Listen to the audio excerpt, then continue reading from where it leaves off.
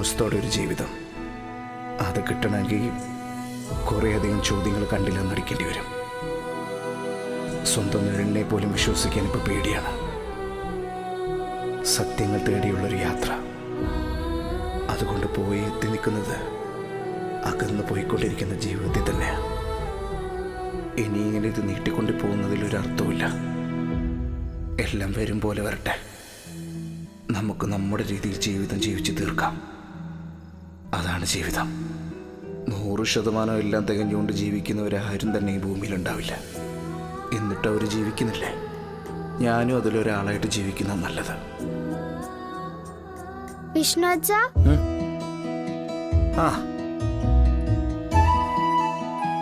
വിഷ്ണു അച്ഛൻ ഇപ്പൊ ആരെ കുറിച്ചാ ചിന്തിച്ചേ? പറ, ആരെ കുറിച്ചാ? ചുമ്മാ അങ്ങനെ വെറുതെ നിന്നാടോ? അല്ല, എനിക്കറിയാം, ചേച്ചിയമ്മയെ കുറിച്ചല്ലേ. കള്ളൊന്നും പറയണ്ട. പക്ഷെ ഞാൻ ചിന്തിച്ചത് സത്യയെ കുറിച്ചാ. അതെന്താ സത്യയെ കുറിച്ച് ചിന്തിക്കാൻ? സത്യം വിളിച്ചിരുന്നോ? അതൊന്നുമല്ല വിഷ്ണു അച്ഛാ. നാളെ സ്കൂളില് ഫാദേഴ്സ് ഡേയാ. അപ്പൊ എന്റെ കൂടെ എന്റെ അച്ഛൻ വരുന്നുണ്ട്. പക്ഷെ സത്യക്ക് അച്ഛനില്ലല്ലോ. അതുകൊണ്ട് സത്യയുടെ കൂടെ വരാൻ ആരുമില്ല വിഷ്ണു അച്ഛാ. അതിനിപ്പോ നമ്മൾ എന്താ ചെയ്യാ? ഞാനൊരു ഐഡിയ പറയട്ടെ. വല്ല കുഴപ്പം പിടിച്ച ഐഡിയ ആയിരിക്കും നിന്റെ ആണല്ലോ ഐഡിയ. ഒരല്പം കുഴപ്പം പിടിച്ചതാ. എന്നാ പറ. നമ്മുടെ സത്യക്കുട്ടിയുടെ സങ്കടം മാറ്റാൻ പറ്റുന്നാണോ നമുക്ക് നോക്കാം. അച്ഛനെ കൊണ്ടുചെല്ലാൻ പറ്റാത്തയാണല്ലോ സത്യയുടെ സങ്കടം. എന്നാ പിന്നെ സത്യയുടെ അച്ഛനായി വിഷ്ണു അച്ഛന് വരാൻ പാടില്ലേ?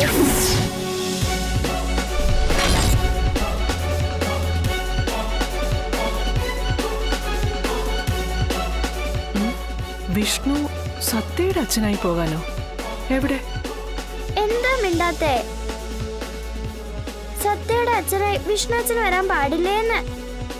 അത് വേണ്ട മോളെ, വലിയ കുഴപ്പം. എന്ത് കുഴപ്പം? പാവല്ലേ വിഷ്ണു അച്ഛാ.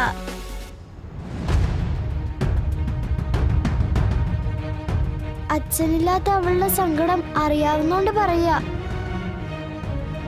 നാളെ എങ്ങനെയെങ്കിലും വിഷ്ണു അച്ഛ സ്കൂളിൽ വരണം. വരുമോ? അല്ല മോളെ, അതിപ്പോ ഇനിയിപ്പോ ഒന്നും പറയണ്ട. വിഷ്ണു അച്ഛൻ സമ്മതിച്ചെന്ന് ഞാൻ ദേ സത്യയോട് വിളിച്ച് പറയാൻ പോവാണേ. ഇനി മാറ്റി പറഞ്ഞേക്കല്ലേ. പപ്പി മോളെ, ഇനി ഒന്നും പറയണ്ട. നാളെ വന്നാ മാത്രം മതി.